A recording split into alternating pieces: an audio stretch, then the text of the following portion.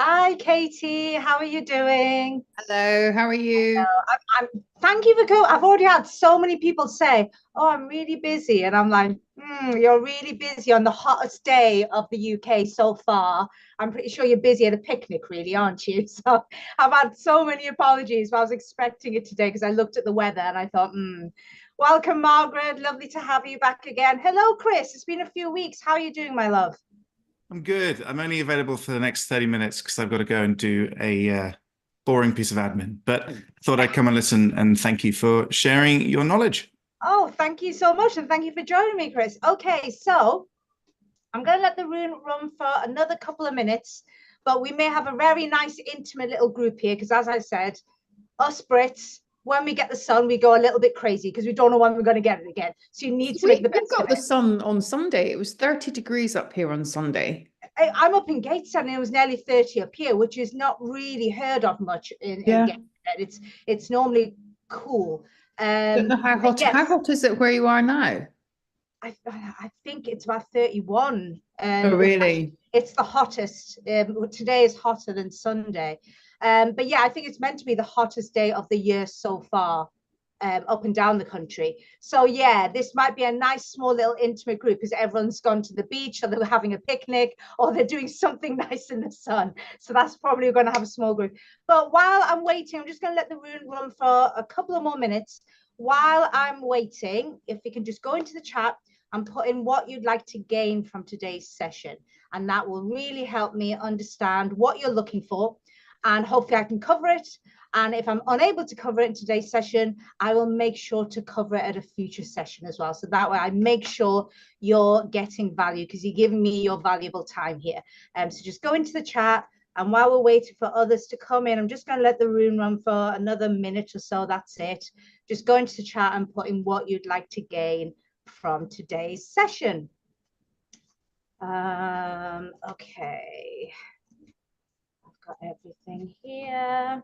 Okay, so let's get started. If anyone else comes, I'll just have to keep an eye.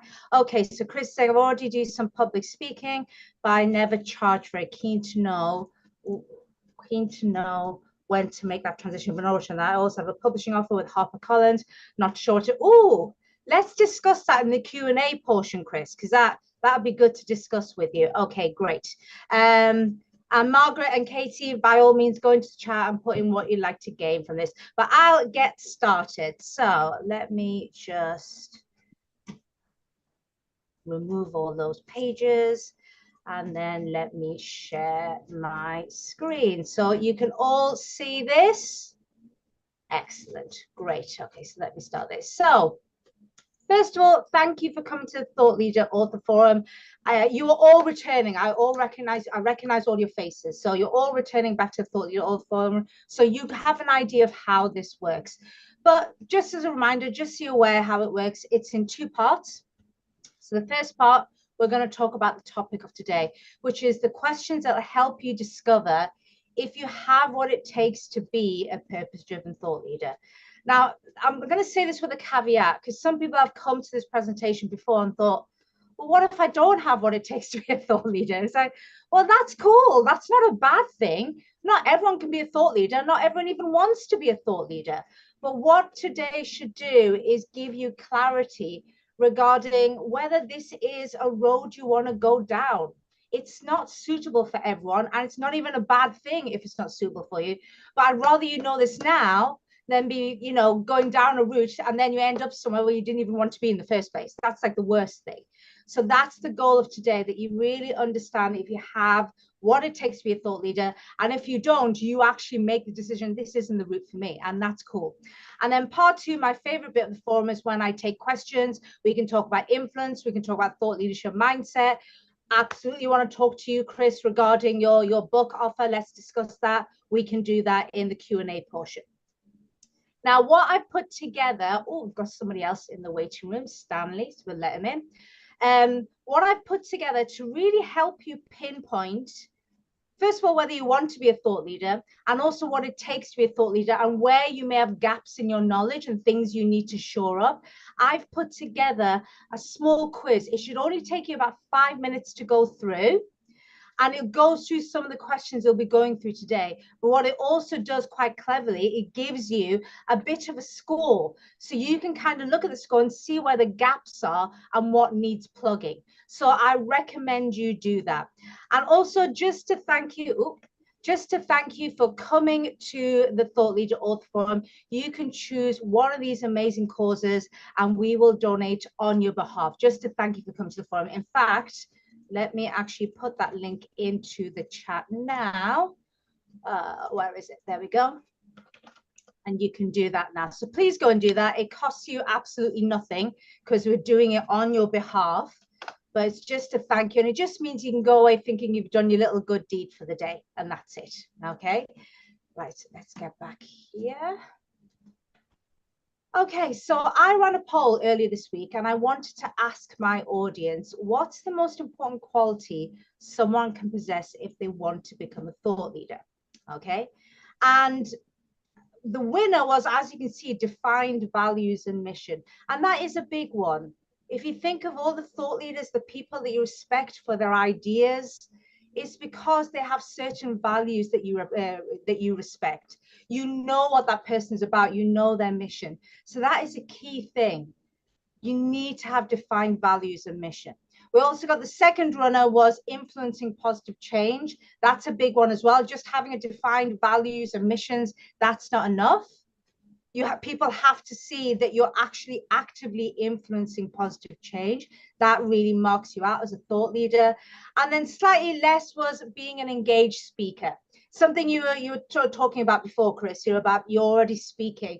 That's something, if you think, I think even more so, a lot of people have asked me, is speaking all that important now that we live in a world where everything's online? And I say it's even more important now because anybody can say whatever they want to do on social media.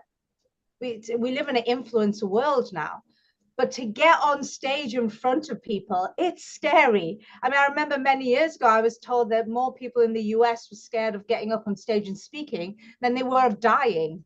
So that's how scary it is. So if you can do that and you can do it well, you can become an engaging speaker. People really do tend to think of you as a thought leader when you can do that. However, that does come after. There's no point learning to become an engaging speaker if you don't have defined values and mission and you're not able to influence positive change. So here are some of the questions that I ask people. I get people nearly every week who will contact me and say, do you think I've got what it takes? You know, they ask me that question. It's like, I want to write a book with you and I think I want to be on stage and I think I want to really influence people en masse. Do you think I have what it takes to be that kind of person? So I usually go, well, I don't know. I'm not a mind reader and I'm also don't have a crystal ball. So let's go through this and let's figure it out. So these are some of the questions I ask them. So first of all, I ask them, do you feel your values and mission are easily understood by the public? So think about that. Can you tell somebody in about 30 seconds what your values and mission are? What is the positive influence that you're trying to create in the world? People don't have much of attention span these days. That's the reality. I don't know where this quote comes from, but I believe the average person has an attention span of 7 seconds now. Chris is laughing. Yeah, a goldfish has an attention span of 9 seconds. So we are now worse than goldfish. So you know all those jokes we used to make about goldfish, how, oh, they can't remember a thing? We're worse than goldfish now, folks. So you need to hit people straight away. And I know straight away when I'm speaking to somebody and they're waffling on, trying to get me to understand what their mission is and what their values are, I'll sit and listen to you. I'll sit and listen to you for hours because it's my job to. You know, I create thought leaders through publishing. However, the average person, they're not going to give you more than, well, 30 seconds is generous. They're not really going to give you much time. So you need to think, do it. I mean, I know it sounds very cliched, the whole elevator pitch, but it's important that you are able to do that. Spend some time thinking how you can get across what you do, the positive influence that you create in the world. How can you do that in the shortest time possible, under 30 seconds? Because that's what you need. You need to stand for something that people get within 30 seconds. Otherwise, their attention just wanes and off they go somewhere else. Okay, so that's the first thing. So here's someone who's commented on my poll on Monday. So Marie says, as Simon Sinek taught us, always start with why. Without clearly defined mission and values, you risk lacking authenticity. It's so true. People want to see the why, and they want to know the why straight away. Yeah. So for example, I'm gonna pick on you, Katie, because we spoke recently. So your why is the fact that people who even love horses are harming horses and they don't even realize they're doing it. Your why is, I don't want any horse on the planet harmed ever again. It needs to be very fast. It needs to get into people's heads straight away. It's like, oh my God, horses are being harmed. Even the ones who, they need to know straight away. Not a waffle for 5 minutes while you're trying to explain that it's the bit and the bridle, and people are like, yeah, once people are interested and you got them hooked, then you can give them that. But you need to hook them straight away. Does that make sense? Excellent. Okay. Another question that I ask people: have you successfully influenced positive change within your field, community, or industry? I'm always amazed how many people I meet who want to become a thought leader, mainly because it's in their head. They kind of see themselves on stage. I think it's egotistical, really, because when I ask them, okay, well, give me examples of, positive change that you've created, they can't really give me much. So they're almost working on this idea of, I'll become a thought leader first, then I'll do the positive change. It's like, no, people who are inclined to leave the world a better place and they've seen it, it's in their blood. They can't help but do it, even in the smallest way possible. They can't help but do it anyway. So if you're thinking about becoming a thought leader, then it should be already in your blood, because you're already influencing positive change. So that's a key one. Anyone that tells me, oh, and they can't give me concrete examples of how they are influencing positive change already, alarm bells go off in my head, because I start to think, I think you're, same with authors. I just know straight away I've got somebody who wants to write a book for egotistical reasons. People who really want to write a book and influence change in a positive way are usually already making some kind of difference, but they just want to amplify that and want to know more. They want more people to know what they do and adopt their same strategies. This is a good one. Do you have knowledge, stories, and or case studies that makes people think, if only more people knew the truth, they would change what they do? People love stories. This is one of the comments that Alice left on my poll. She said, having a good story is important, anecdotes to bring the mission and values to life. Think of all the biggest thought leaders, people that you see on stage, I bet they all talk in stories, don't they? They don't just throw facts and figures at you. They talk in stories, because that's how our brain understands things, and that's how our brain retains things in the long term. So think of, do you have knowledge? Do you have stories? Do you have case studies? And do you enjoy relaying them to people? Do you genuinely enjoy telling people these stories and seeing that aha moment come into them? Is that something you enjoy? Because as a thought leader, you'll be expected to do that a lot. Whether you're speaking on stage, whether you're doing it on social media, whether you're writing blogs or articles, you'll be expected to. So make sure, is this something that you enjoy doing, telling people stories and getting them to that aha moment? Because that's your role as a thought leader. That's what you should be doing. If that's not something that you want to do, then you shouldn't be thinking about becoming a thought leader. It's as simple as that. This is a big one. Do you enjoy speaking to audiences and educating them on your values and mission? This is a huge one. I'll give you actually an example. So 3 weeks ago, I had a lovely lady seek me out. She found me on LinkedIn, and she's thinking of becoming a thought leader. She's a B Corp founder. She wants to become a thought leader. She was going to write a book. We went through this process, and she said, you know what? I really don't want to be on stage. I really don't like speaking. I don't like social media. And I just thought, why do you want to be a thought leader then? What is it? She's like, well, I'm really passionate about what I do. And I said, okay, well, is there anybody else in your organization who has this kind of personality? And she instantly went, oh, my CMO, he'd be great for this. So guess what? When I'm now meeting the CMO next week, because she's not the natural thought leader. She doesn't really want to get good at speaking stages. She's a doer. She likes rolling her sleeves up and getting stuck in, and that is how she makes positive change. She's not really one to be on social media. She doesn't want to do reels. She doesn't want to do any of that stuff. And I said, well, are you sure you want to write this book with me then? Because you do realize once we get the book out there, that's what's going to happen. People are going to want you to be on stage. People are going to want you to be writing articles. People are going to want you to be doing reels or whatever on social media. If that's not something that you want, then why are we even going down this path? And that is why we're now meeting her CMO, because it looks like her CMO will be the better candidate for thought leadership. And that way she gets what she wants for her organization. She gets that visibility, but she's not the face of her organization. Her CMO becomes the face. So that's a really good example of understanding what you're letting yourself in for. I think some people kind of see authorship and thought leadership as something that'll be really nice because they'll get lots of respect. They're not really thinking about the work that goes into it. You know, are you okay about being on stage? Are you someone who's going to be happy about giving your ideas and thoughts on a regular basis? If you're not, then this isn't the route for you, and that's fine, but you need to know this now. So let me actually show you where you can actually do this. In fact, what I'll do, I can put this into the chat.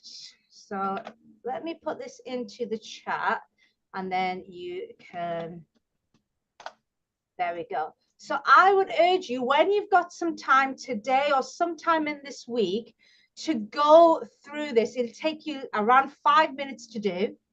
Whatever you do, the best advice I can give you when you're doing this audit is don't overthink the questions.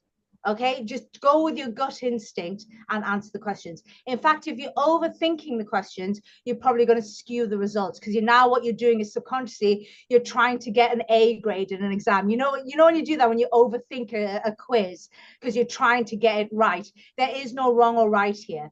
Just go with your gut instinct and just answer all these questions. And once you've answered the question, there's about 15 or 16 questions, and you'll be scored against these key areas. And these are the key areas that I look for when I take on a client, okay? So first of all, we look at your current impact levels, your mission impact, and whether you can make a bigger positive impact. So for example, this lady that I spoke to 3 weeks ago, I just thought, no, you don't, not in a bad way, but you don't have what it takes to be a thought leader. That doesn't mean she's not a great person, but her personality was just not suited for it. And that is why we've now decided possibly her CMO is who's suited to go down this thought leadership route. So we will assess that. That's what the quiz will do. We will assess your thought leadership. So we'll go through key experiences and influences and make sure you can utilize those for thought leadership. We'll assess your current visibility levels and see if thought leadership can be improved to maximize your mission reach. This is a key one that this quiz, this audit will do. It will check your profitability. That's something that a lot of people don't think about. It's all fine and well being an author or being a thought leader.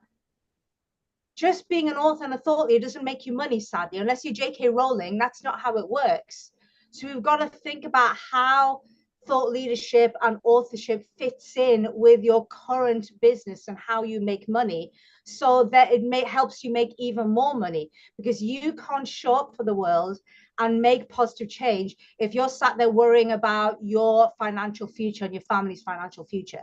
So we need to look at the profitability of you becoming a thought leader as well. And also we look at your author capabilities. Now, I'm not saying you have to be an author to be a thought leader. There are thought leaders out there who are not authors. However, in general, they tend to go hand in hand. If you think of a lot of the thought leaders that come into your mind, I bet they've written at least one book, maybe even several books. So they do tend to go hand in hand, because if you're a thought leader, why wouldn't you put your thoughts into a book? I mean, you could put your thoughts into blogs and social media, and I encourage all thought leaders to do that. However, that is fragmented. No one is going to be looking at every single element of your social media. No one's going to read every single blog entry in your blog. So whereas a book, that is your most complete work when it comes to your values and your mission. And that is why most thought leaders tend to write at least one book, and a lot of them write several. So what this audit will do, will look at your author capabilities and where things might be lacking. So make sure you do that. And then once you've done that, you will actually get a report like this. and it will give you an overall score, and where you can actually, and you get personalized advice showing you where your skills are, where your strengths are, and also showing you where your weaknesses are, and show you what you might be working on if you believe the thought leadership is the route for you. So it's a completely free test. I've put the link into the chat. Make sure you do it. It should only take you about 5 minutes. And then if you want, get in touch with me and let me know your score, because I'd love to know how you scored. Yeah, right. I want to ask you, you know, what you were saying about the blog, right? About blogs, yes. How will you work with like global, like with a Japanese global, a member, like a member site for sale. Sorry, Corinne, can you say that again? You know, like collaboration for global. Yes. How would put on the blog on there? Like when I came up blog, I would put on blog on there. Are you talking about your own blog, or are you talking about, using LinkedIn articles or something like that? Yeah. You are talking Yeah, about LinkedIn. Yeah. So how do you do LinkedIn articles? Is that what you're asking for? Yeah. Yeah. Okay. Well, you should actually. I'll show you that. If I log in to LinkedIn, let me show you. Okay, so if I share my I screen, see you are running. I'm always walking. I do. It's like my brain stops, Corinda, if I don't actually walk at the same time. Honestly. So to create an article, what you do is you start a post, and they've changed it. You should be able to start a post. Here we go. So instead of starting a post, you go to write article. Oh yeah. And you can write an article as your personal page or one of your business pages. Now, a tip here, I always write articles on my personal page. The reason why is on business pages, they hamper the reach, because what they want you to do is to get you to pay to get the reach. So I always use my personal. So you just go next, and then you write an article. You can even put an image at the top, a title, and then off you go. You can write an article. Right. Yeah. That when you make a newsletter. Yes, you can make a newsletter. I've got a monthly newsletter, and you can create that on LinkedIn. It's a great way for thought leadership, Corinda. And a bit of a tip, by the way, I've had some of my clients do this. They've been creating a newsletter on LinkedIn for about a year, and they've then come to me, and we've basically taken all of their LinkedIn articles and created a coherent book from it. Oh. It can be repurposed as well. It's not like, oh my God, I need to create a new, because a lot of people do that. They kind of go, oh my God, so now I need to write a book. I need to do a blog. I need to do LinkedIn articles. I need to be on Instagram. Overwhelmed city. I can't do all of that. It's like, no, a lot of these things can be repurposed. So please, Corinda, if you do start writing LinkedIn articles, keep them. And then at some point, get in touch with me, Corinda, and let's see if we can turn that into a book. Yeah. Yeah. Welcome, by the way. I saw you sneak in right at the end there. So hope you're doing well, Corinda. Okay, so what are your thoughts on that? Has that kind of given you some light bulb moments, or maybe it's put you off? Maybe you started thinking, oh my God, I actually don't want to be a thought leader now. That sounds like hell to me. And that's fine too. There's nothing wrong with that. I'd rather you know that now. But let me know your thoughts. When I was a teenager, stood up and spoke in front of 3,000 people. Oh my gosh. No fear, just did it. I was asked to do a presentation, and I should have declined it. My mother was ill in hospital. I was taking care of everything. I hadn't got the time to prepare properly. And that presentation went really badly. Now I really struggle to get on the stage. And if I'm on the stage from behind the lectern, because I hide, because I'm only 5'3" and I can hide behind the lectern. I'm 5'3" as well, so I can also. Yeah. So how do you actually, like you said, oh, you're a natural, but I've kind of regressed. I know what the issue is. I know what went wrong, but how do I convince my brain that I've learned from that? Oh gosh. Okay. This is actually going away from what I'm talking about, but I'm more than happy to discuss this. So I had the opposite. I wasn't a natural, Katrina. The very, very first time, I need to dig this out. It's on my Facebook. So I was so scared that I couldn't even do a live on social media. So never mind actually physically get up on stage or do it. I mean, that was just beyond the realm of possibility for me. I've never done anything like that. So this is during the pandemic in 2020. And I think my business was starting to build some traction. And then the pandemic happened. And mine was one of the very few businesses that actually benefited from the pandemic because people were bored at home and thinking, maybe I should write that book that I've been trying to write for the last 5 years. So it's actually, I mean, when all these other I felt a bit guilty, I'll be honest with you, because all these other businesses were having problems because of the pandemic. And here I was, my fledgling at the time, fledgling publishing business. It had only been going for 2 years at the time because it started in 2018. Suddenly there's all these people who are like, remember, we spoke a few months ago, but I didn't have the time to write a book. I now have the time to write a book. That's when I realized I kind of needed to make hay while the sun shone for a little bit.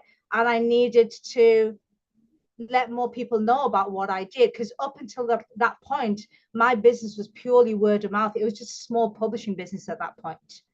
And in 2020, I realized I needed my business to go to that next level. So I thought, okay, I'm going to start doing lives. You should see the very first live I did, Katrina.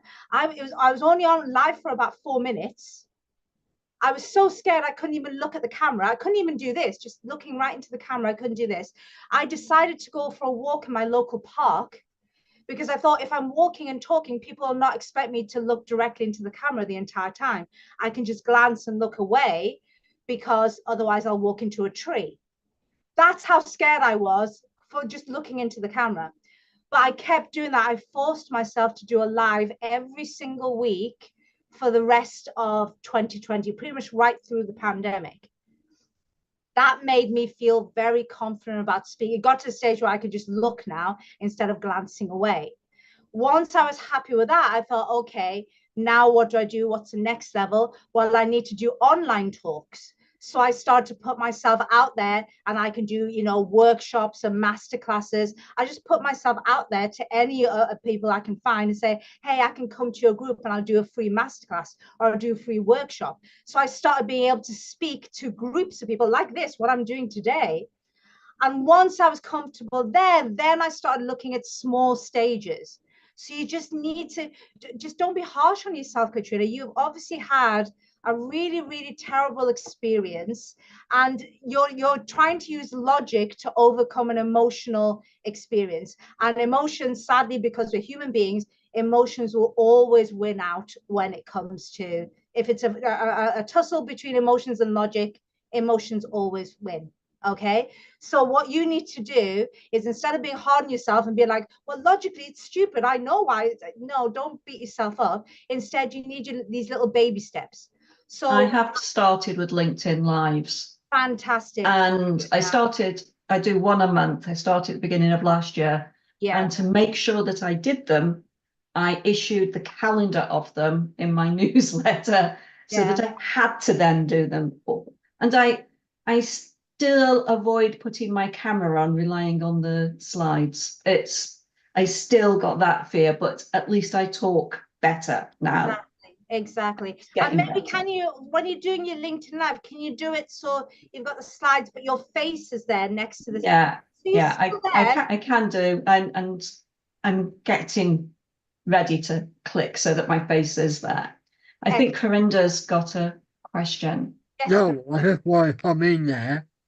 Like, what, haven't I? If you were there and you are really nervous after doing the live, what I can recommend to you is doing a practice, right? Don't go live, do a practice, record it, and watch it, then if you're ready, then do a live.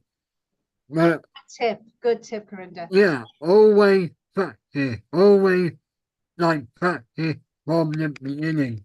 And if you are nervous and you're not sure, oh, I'm going to go live, record yourself, see how you do it, And if you were ready, I knew Greenlight, I knew OPA, I knew anything.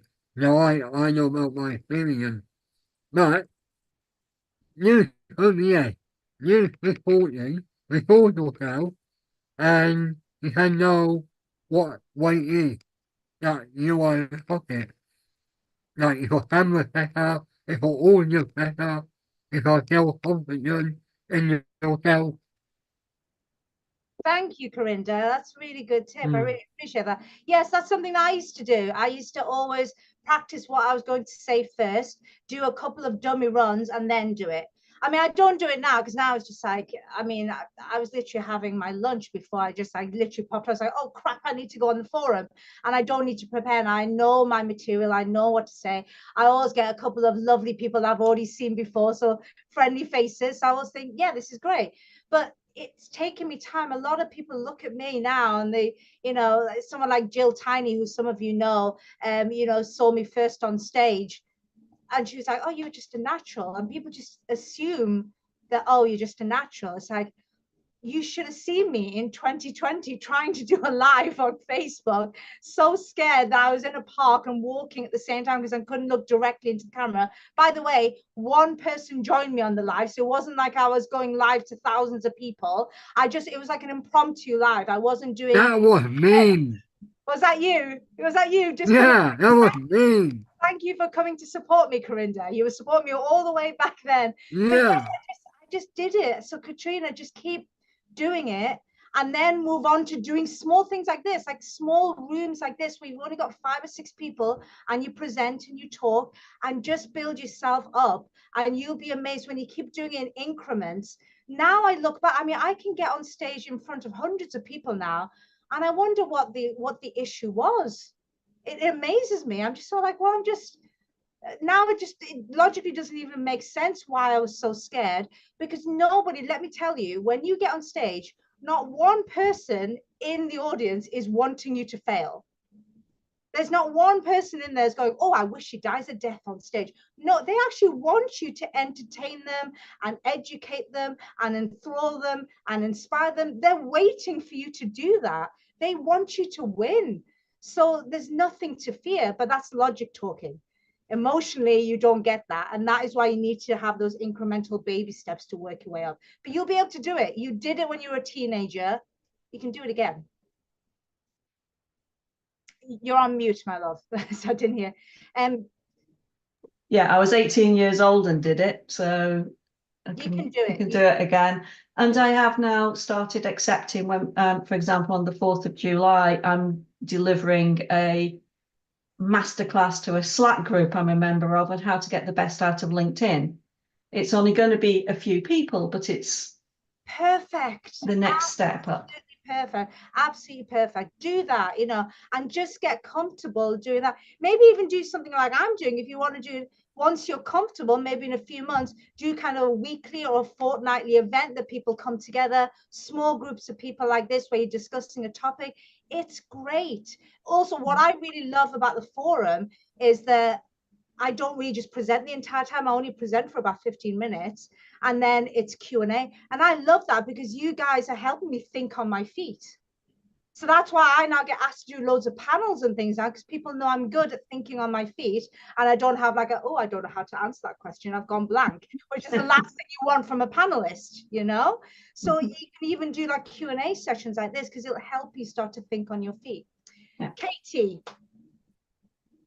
So just on that subject of talking to people, there's a voice coach I follow online on Facebook, and his top 3 tips to improve your presence when you're speaking is to whatever you're talking about is do the practice run on a recording. So not on a live, just record yourself talking, whatever it is about, do a short one.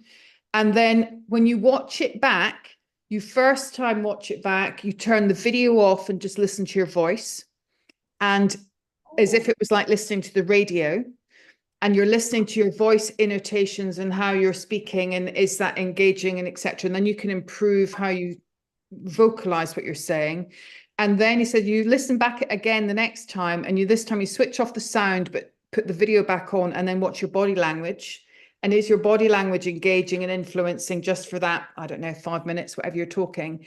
And then you watch it the third time with voice and your body together.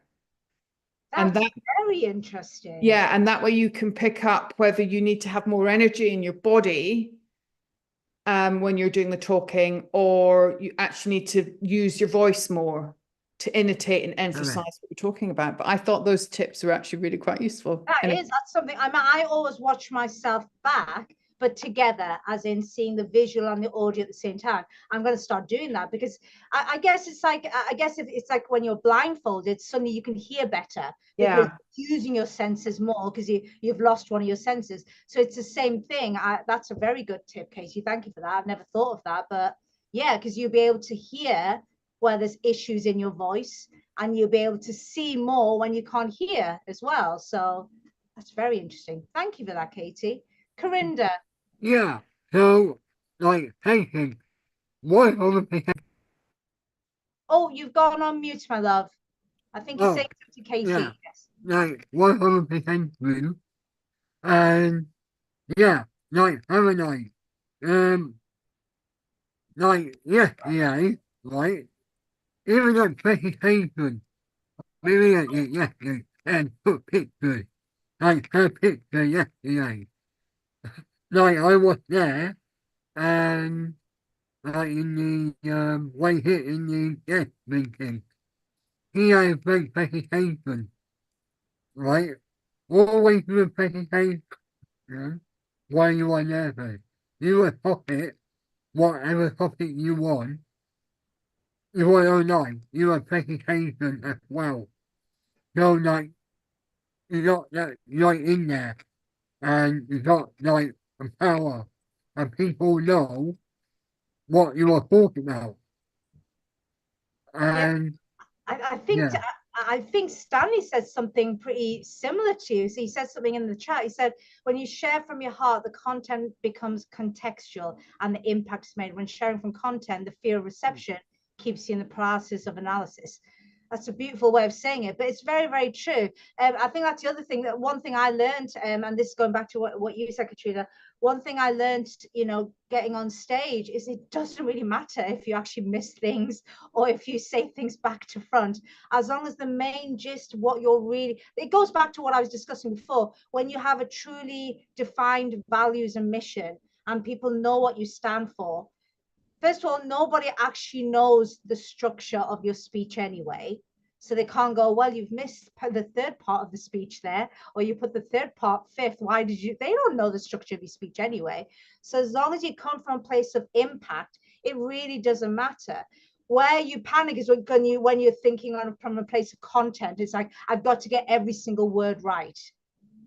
It doesn't work. Yeah, and when you met Jill in real life, like yesterday, when I saw your picture with Jill, no, yeah, Jill, that your people are doing it. Well, we're going to meet soon. I'm going to have to invite you, because I'm going to, well, I don't know yet, but I may be asked to become a trustee of the charity that I was representing that day. So there's probably going to be more events I'm going to go to down to London. So I'll be a trustee as well. I'll get you a +1, don't worry. I'll get you in. So Katie's saying, from a voice coach I follow on Facebook is top tips. Oh yes, so you just put that in. That's brilliant. Thank you for that. That's really, really good tip, Katie. That's something that I haven't heard of. I have heard, I always watch back any talks that you do, because you don't at the time when you're doing something, you just don't realize you're just being you. But I've never heard that you need to take the sound off and then take the visuals off and actually see. That's a really, really good topic. Let me just see if I've missed anything. So yes, so Katie, you're saying you're new to the idea of being an author. Yes, I'm looking forward to working with you on your book. I'm really excited for that. So let's get started on that when you're ready. Margaret is saying, I'm just starting this exploration, so I'm keen to know anything about process. Has that helped you, Margaret? Has that made you think, yes, it's something you want to do? Or have you thought, hell no? Maybe it's a good idea that I'm not a thought leader. There is nothing wrong with that, by the way. I mean, I did tell you about that lady 3 weeks ago. After talking to her, I was just like, well, you do realize that once you write your book and we're leveraging it properly, people are going to ask you to speak on stage. They are going to ask you to write articles on their websites. And she's like, oh God, I can't think of anything worse. I was like, why? Why are you even wanting to be a thought leader then? And that's when we decided that there might be somebody else in our organization who's more suited personality-wise.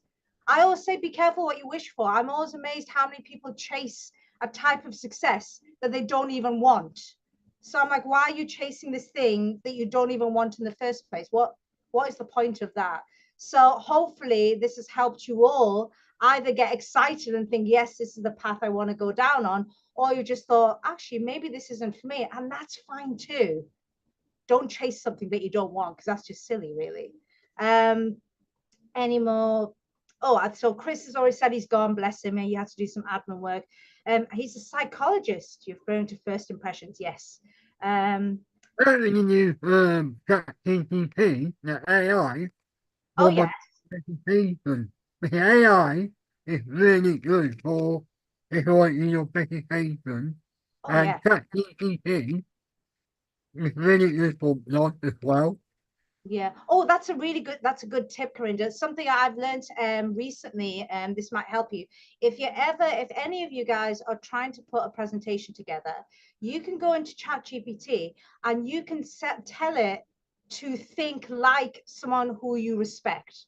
So if you follow a thought leader and you love the way they structure their speeches, you can actually put in that person's name and say, go and research that person, how they structure their speeches. Now create my speech by modeling the keyword is model this person's speech, and then it models that person. So you can even say, for example, I want you to model Simon Sinek's style of talking and create my talk, and then you feed it with whatever your talk is about, how long you expect it to be, whether you're going to have a presentation slide or whether it's just going to be you talking. You give it all the context, but it will now go and model.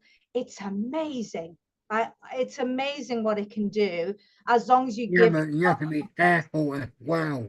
You have to be careful as well, because sometimes you can copyright other people's work. Oh, yes. But what I'm saying is, if you get it to model, then you won't be right. Yes. So there's a distinction here, Corinda. Thank you for that. The distinction here is there's roughly two things that AI does. It either generates something from scratch or it's editing.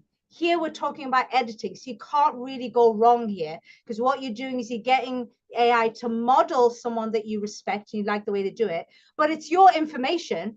So obviously you got to make sure it's not copyright, because it's your information. So really you shouldn't be copying other people's stuff anyway. The problem happens with AI when it's generating. Then you think sometimes you've got something that's yours, but it might not be yours. It might have taken it from somewhere. It has taken it from somewhere else, but it's not clouded it enough, if that makes sense. That's where the issue is.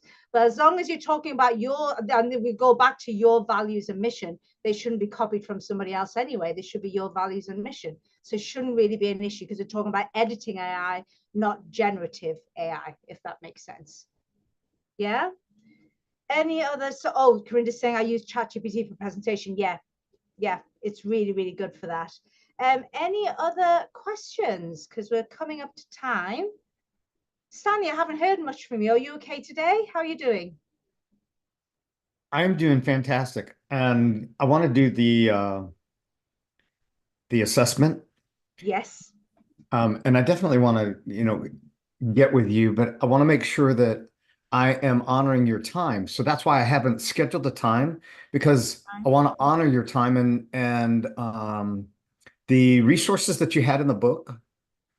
Are those new, updated yet and available? They're going to be, so you'll be glad to know. I'll make sure I'll send you a copy. There's going to be a third edition of my book coming out in the next 2 months. There's going to be a third edition of your book? Of my book with all the, so all the resources are going to be revamped, because I want to create a third. I guess when I wrote the first edition of my book, I hadn't even started my publishing business at that point. Okay. I'd coached a few people, and then they'd gone off and got their own editors and designers. I didn't even have a team at that point. I wrote 7 books as a ghostwriter at that point.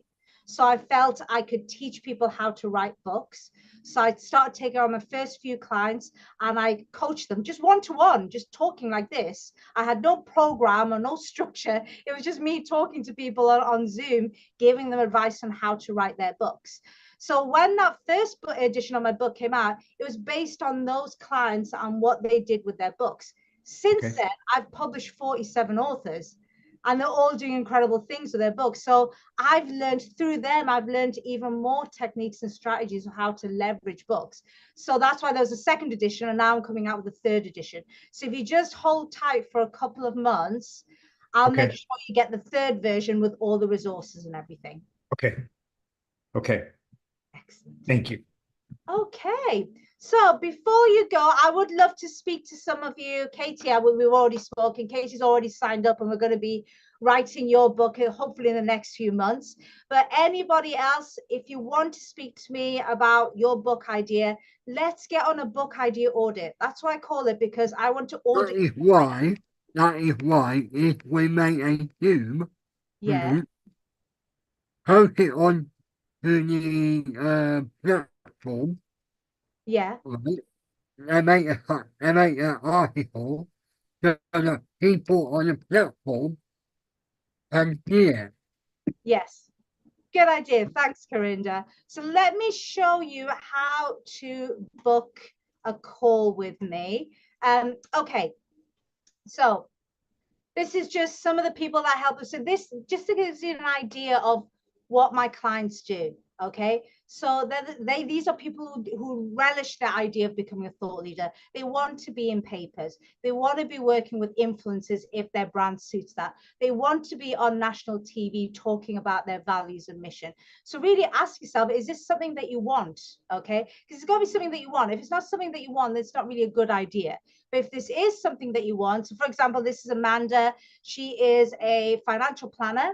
A very good financial planner, but otherwise there's several thousand here in the UK, so she's not all that special. However, once she wrote her book about the fact that women are still not getting paid parity here in the UK, then she became a thought leader on women's finance. That's why she's now being featured in The Guardian. She's been featured in the Financial Times. She's now a keynote speaker and, charges to speak on women's finance. She even does consulting work where she goes into corporations and works with HR to make fairer rules regarding how HR deal with women who leave work and then come back as mothers in their workplace. So she's opened up so many more opportunities for herself and she's become a thought leader in women's finance. But as you can see, Amanda loves being on stage and talking to loads of people. So that is something that's kind of prerequisite if you want to be a thought leader. So what we can do in this conversation is we will look at first of all, we'll look at your book idea. And then we'll see how that works. We can show you how to plan and write it effectively. We also have a team. We'll be able to edit, design, and publish it. And also post-publishing, we can look at how we market your book and get you in touch with PR experts so we can get the book to as many people as possible. So the first thing we'll do is we'll audit your book idea. That's really important. You'll be amazed how many people come to me with terrible book ideas. And I have to sit there and go, no, this is just such a bad idea. You're going to be spending all this time and energy and money writing a book that isn't going to do for what you want it to do for you. So the first thing we're going to do is we're going to audit your book idea and make sure this is an idea that has legs and it's going to work for you and your business. Once we see, if part one works and I've decided that the book is a good idea, then part two will look at what process will help you succeed. And then once we've done that, part three, if I feel my program will help you at that point, we'll go through things like timescales, how much it costs, etc., etc. But only if it's right for you. I won't be presenting my program otherwise. There's many people that just go, you know what, for what you want to do, you don't need my program. And then what I usually do is I send them to other people or other places where they can get the information they need. So all you have to do to book yourself in for one of these, let me just come out of here. In fact, let me carry on sharing because I can just show you. So let me just put this into the chat now. There we go. So if you want to book a call with me, you'll just come to this page. You just go down here and a calendar will appear. No times this week, guys. I'm off on my vacation. I'm going to London. I'm going to do London Pride for the first time in about 15 years. So I'm excited. I've got all my rainbow paraphernalia. So I'll be, they'll see me coming a mile off basically when I'm on the train. But I do have some time available next week and the week after. So all you have to do is just pick a time. And then just put in your details, and I would love to speak to you. So hope to speak to some of you very, very soon. I have put you in now. Say that again, Corinda? I have put you in. Yes, you can book in. Yes, book in. Yeah. Oh, thank you, Katie. I will enjoy London. It's been many years. I think the last time I did London Pride, it would be 2007. Wait, why is your calendar so full? Say that again, Corinda? Your calendar is so full. Sorry, I didn't. Calendar is so full. My calendar is so full. Yeah. I guess because I speak to lots of people about books, Corinda, that's my job. So Like there's no time at all. I don't have, yeah, I've only got the next, what I'll do is if you don't find the right time in the next 2 weeks, Corinda, I'll Yeah. get one of my assistants to look through for later in the month and see if they can release some dates later Yeah. in